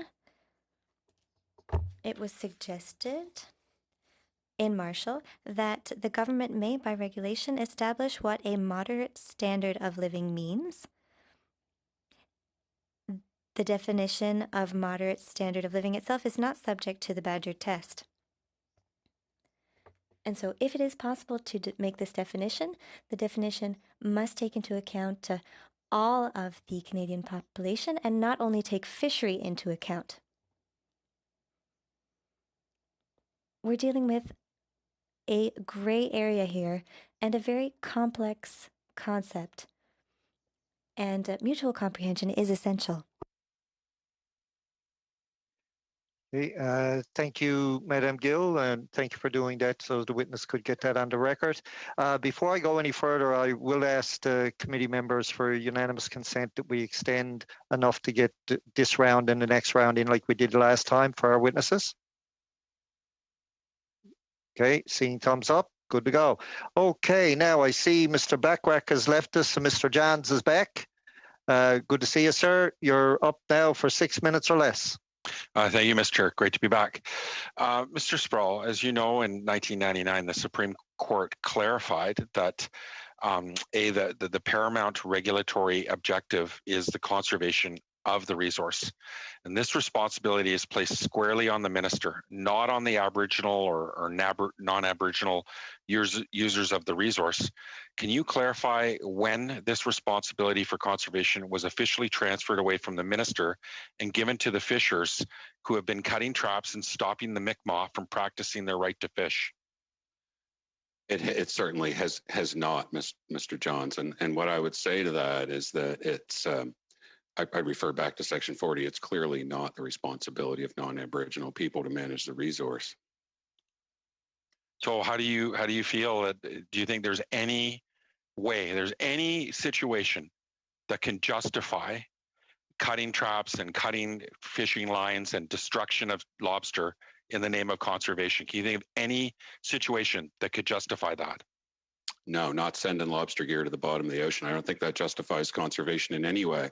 But here's what I think is the most important argument to make on it, and it's this: is that fishermen went to a closed lobster breeding ground and removed untagged, illegally set under current Canadian law lobster gear and brought it to the Matagan DFO detachment and placed it in the evidence locker. And all of that took place under the careful overwatch of hundreds of RCMP, Coast Guard, and DFO personnel, ships, and helicopters, and no charges were laid or any enforcement action was taken. And I understand that a lot of people wouldn't agree with that. So let's look at I think it's disgusting. And I'll give you the next question, Mr.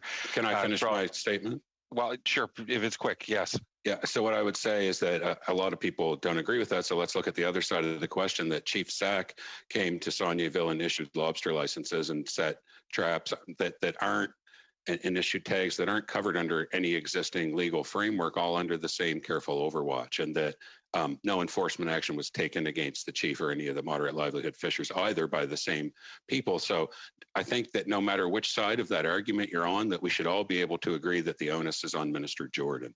And the one I thing agree. It should be on Minister Jordan, and which is disappointing that the fishers were pointing the blame at the indigenous fishers. They should have been pointing the finger at Minister Jordan. It falls on the government's feet.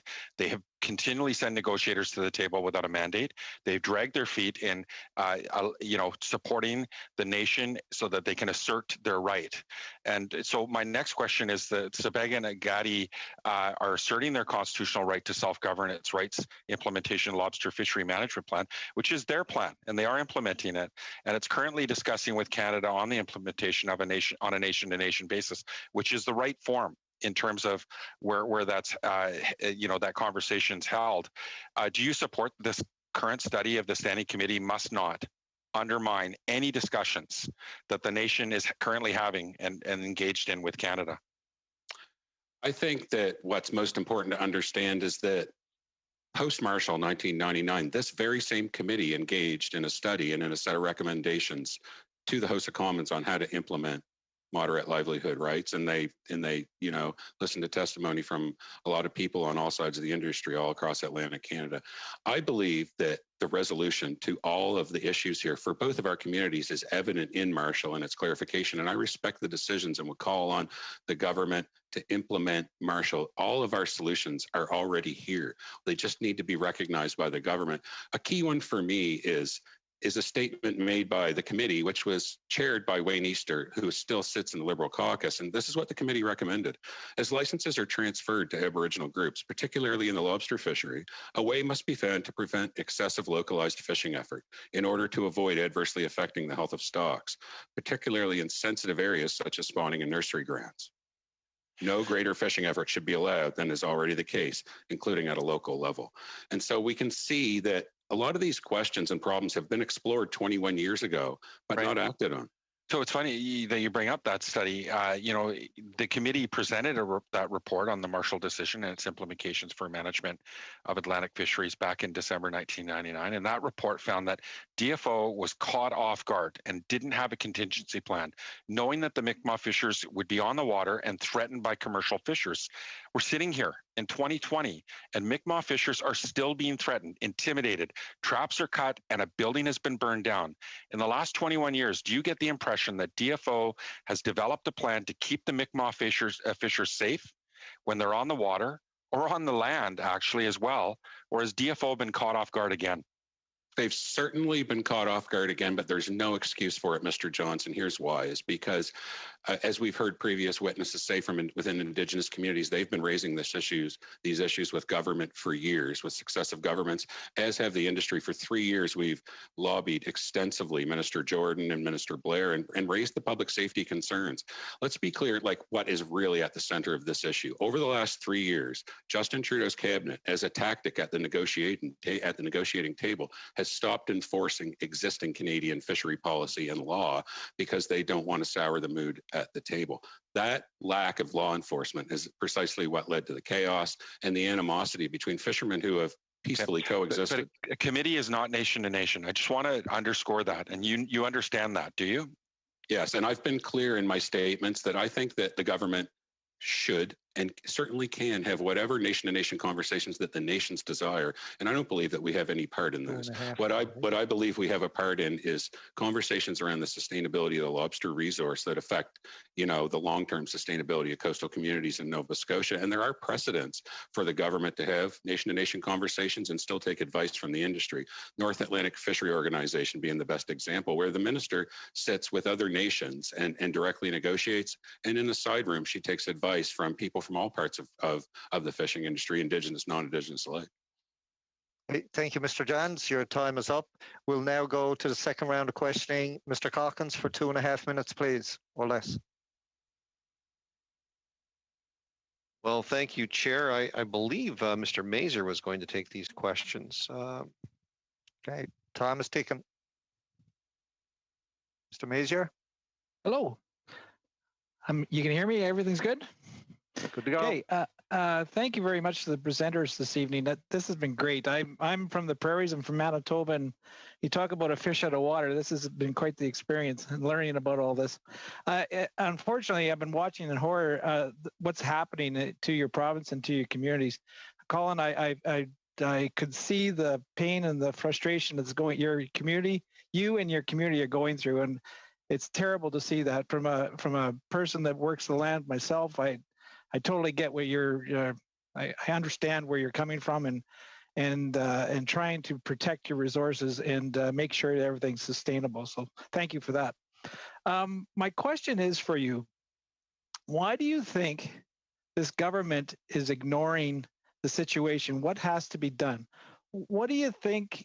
Like, what happened? Like, how many years ago? Like, we talk about 21 years, but this has certainly escalated here in probably the last 6 months, or even the last 1 or 2 months here, going after, basically lobster that are going to be the next season, going after the golden goose, basically. Why do you think the government is ignoring that? Why do you think the minister is not acting, or what do you think is going on there? Well, I started to detail it earlier. Really, at the core of the problem is that the government has good intentions to reach rights reconciliation agreements with the nations. But the problem is that during the negotiations, as a tactic, they stopped enforcing the law. But that only empowered people to keep fishing outside of regulations. And it's obviously been a failed tactic. And what we've seen come of that is 12 nations get up from the table and now one sit down. And I think that it's a really obvious sign that things aren't working out here. We also need to recognize the fishery access that's already existing in the communities. I want people in First Nations to be allowed to fish. I care about social, economic, and environmental justice for all fishers, regardless of heritage. But the current state is not producing Mi'kmaq fishermen. We need to change the process. And I'm really, what I find most immoral about what the government has done so far is that after 21 years of no legitimate final reconciliation of these rights for Mi'kmaq fishers, they're only attempting to do more of the same. And it's only going to drive more division. Thank you, Mr. Sproul. Thank you, Mr. Mazur. Your time is up. We'll now go to Mr. Cormier for 2.5 minutes, please. Alors, bonsoir. Good evening. My question will be for Mr. Cloutier. Mr. Cloutier, I'm pleased to see you once again here at the committee. Could you explain to me why you are worried if ever a subsistence fishery for First Nations outside of the commercial season? Could you summarize that for me as quickly as possible? I have to ask other questions. Go ahead.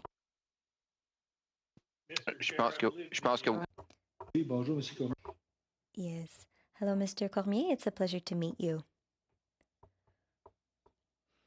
In fact, at the Canadian Department of Fisheries and Oceans, we have always been told that one must not overdevelop a species and deny it a chance to reproduce.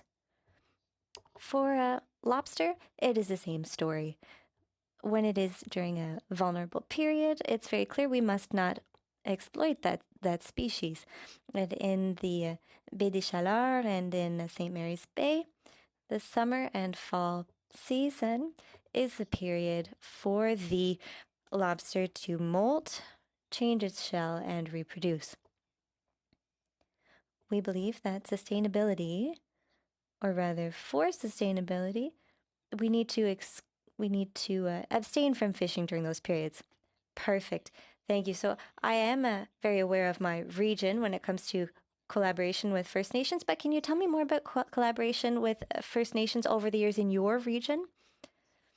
How First Nations have been included in fisheries and in conservation, for example? Because I know in my region, a lot of collaboration has been done in a number of ways regarding conservation.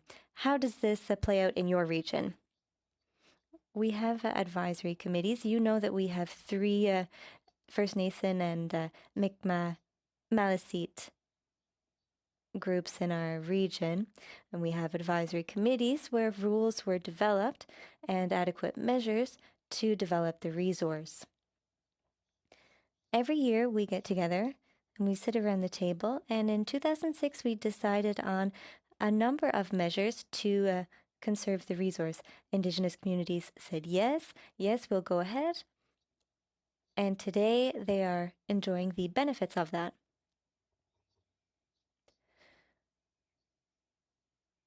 For 2020 and for our 2021 advisory committee, our committee decided to hand management over to an Indigenous group that volunteered to take it on. So the Maliseet group will be coordinating it with the DFO, and it works very well. Thank you very much. Your time is up. We'll now go to Madam Gill for 2.5 minutes or less, please. Alors, Mr. Cloutier and Ms. Kene, I would have liked to hear you speak more about conservation. I'd like your point of view, your ideas on the idea that they're on resource management, on conservation rather, with the same objectives, and perhaps the objectives can be different depending on values and principles for non-Indigenous peoples versus Indigenous peoples. In Gaspésie, I think we have all understood regarding Indigenous peoples that we need one management model, and that the Department of Fisheries and Oceans had to be in charge of that model. One very simple reason is that we have 3 Indigenous bands in Gaspésie. Actually, we have 4 bands, and if they decided amongst themselves to each have their own self-management model, it would be very difficult to share the territory. And white non-Indigenous fishers would have to deal with these different types of management. So that would be very difficult. That is why we think that the DFO needs to take on that responsibility.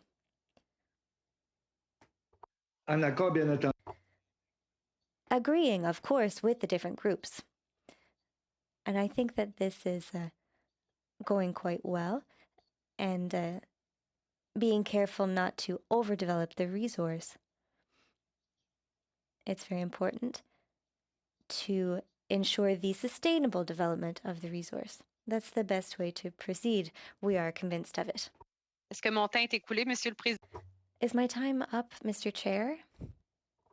30 seconds. 30 seconds. 30 seconds. 30 seconds.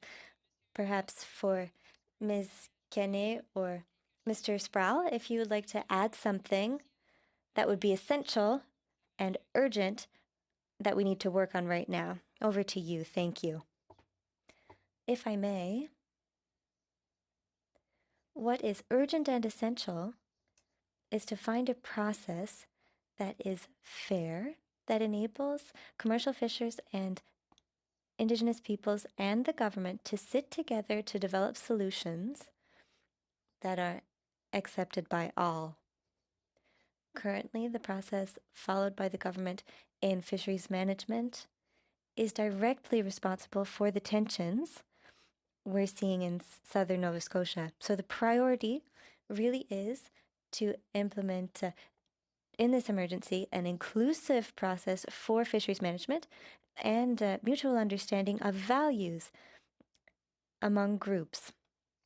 We understand that Indigenous groups have ancestral knowledge regarding fisheries, and as a result, that must be taken into consideration and understood by everyone, and it can only be done in an inclusive process. Thank you. Again, over time a little bit. We'll now go to Mr. Johns for the last question period of 2.5 minutes.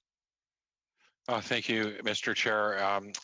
Mr. Sproul, the Sibeganagati are the second largest Mi'kmaq community in Nova Scotia and the largest community in mainland Nova Scotia, which I'm sure you're well aware. And they're a community that's been affected by centralization, oppression under the Indian Act, and intergenerational effects from residential school.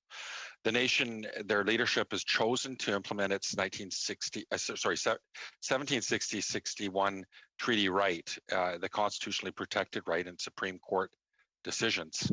Given these colonial oppressions that have suppressed the Sibeganagati people from entering the middle class society of Canada, do you support that the Sibeganagati must determine themselves what a moderate livelihood is? First, I'd like to be clear that I accept the presence of systemic racism within Nova Scotia and its effects on Indigenous people, and also the horrors of colonialism and how it effectively dispossessed the Mi'kmaq from rights, especially rights to fish. And in this case, what I'd say about defining moderate livelihood is that it was deliberately left vague by the court because this is an issue to have been solved within the House of Commons and through negotiations with the nations. And I don't think that we'll ever be able to define a moderate livelihood right. I think that it's vastly different in the lower mainland of BC than it would be in coastal Newfoundland, for instance. And I think that what we need to do is look at. Do you agree that it's that they themselves should determine that?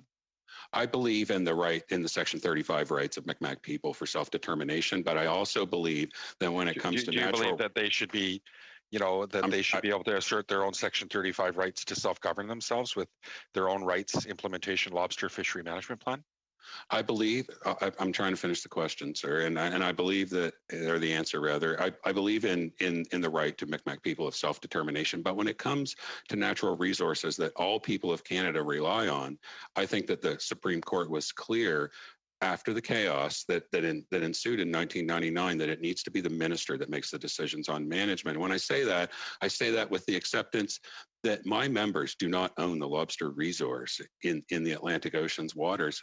No one does. They belong to all Canadians. And that's why I think it's important that the minister who ultimately needs to take the best decisions for all Canadians into her heart and into her mind needs to be the one that makes the decisions. And I feel that it not only agrees with the Supreme Court, it also agrees with the majority viewpoint of the Canadian public, which we've revealed through polling in August by Nanos Research that showed 79% of Canadians believe we should all be sitting at a table having these discussions together with the minister, and 89% of Canadians believe that commercial fishing should only happen within commercial seasons for the benefit of all our communities.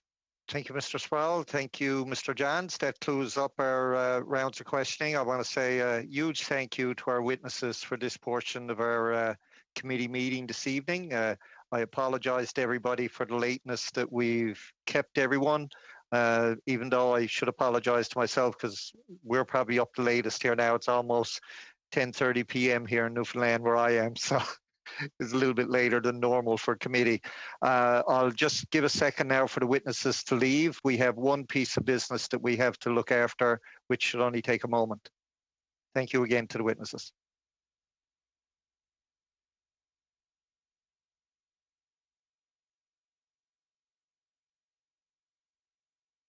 Difficult that we're keeping you up this late, Mr. Chair. Oh, I know. I'm usually in bed before this, Bobby. And I'm not joking. It was a very good meeting, though. I thought this was just when the pubs got rolling out there in Newfoundland. Yeah, I'm not a pubber. But no, it was, Mr. Morrissey, I think it was very interesting with the witnesses we had this evening. So if Mr. Chair? Yes. The witnesses are gone if you want to continue with the budget. Okay. Yeah, everybody, I think, was sent a copy of a proposed budget. I will remind everyone that has to be approved, and it needs to be approved now because, and it's only a preliminary budget, so as the clerk can start reimbursing people for travel or for time or whatever is involved to get the witnesses to appear. That, of course, that amount may increase, and they'll come back to us again if that is the case. So I'll entertain a motion, I guess, to approve the budget as presented here this evening. I so move, Mr. Chair. Moved by Mr. Morrissey, seconded by... I second it. Mr. Cormier. Hearing no discussion, all those in favor, maybe with a sign of a thumbs up or a no dissenting comment, I'll assume that it is passed unanimously. Thank you, everyone. I want to say thank you as well to the clerk and the analysts for us running late this evening and being so cooperative with us all. Once again, you're at our beck and call, and we appreciate it very much. See you all Monday evening for regular FOPO. Good night, everyone. The meeting is now adjourned.